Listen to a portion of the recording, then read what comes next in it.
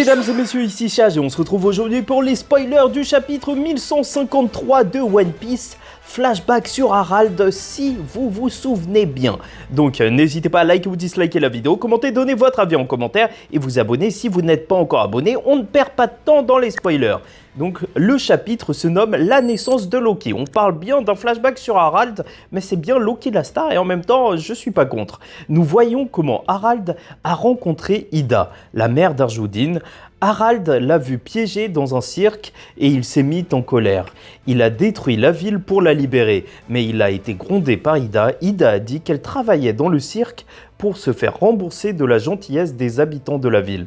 Bon, donc comme quoi, c'est assez drôle en fait, le côté, oui, il y a des esclaves géants, par exemple des races différentes, mais il y en a aussi qui en jouent en faisant des cirques.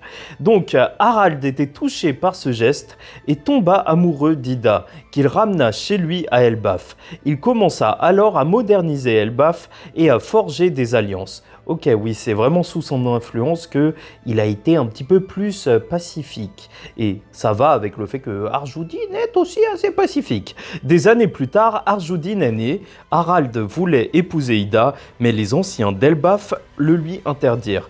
Ils choisirent pour lui une autre femme, Estride, qui était d'ascendance pure d'Elbaf. Ok, peut-être plus de liens avec l'ancienne tribu des géants, enfin les Os et compagnie, et c'est pour ça que Loki est différent, enfin il a des cornes et tout. Estride donna naissance à Loki, mais terrifié par ses yeux enfantes, et ça c'est extrêmement intéressant, on va faire des théories dessus, sur son véritable fruit du démon, parce que là ça pourrait partir sur autre chose. Loki, dragon, on en reparlera, elle le jeta dans le monde souterrain. Le chapitre se termine alors avec Loki bébé rampant dans l'obscurité, entouré de bêtes, essayant d'escalader l'arbre d'Adam pour retourner au château.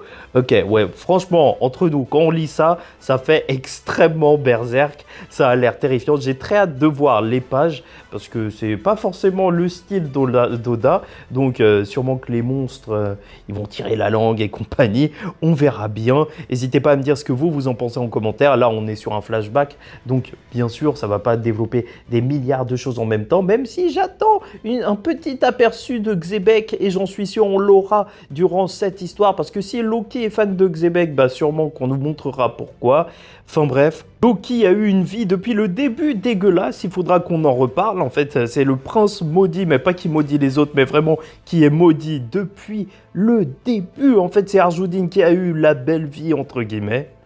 Voilà, dites-moi tout en commentaire, je vous vole tout, je suis youtubeur professionnel. Et en attendant la suite, je vous dis tiens tout le monde, faites très attention à vous et surtout, paix sur vous.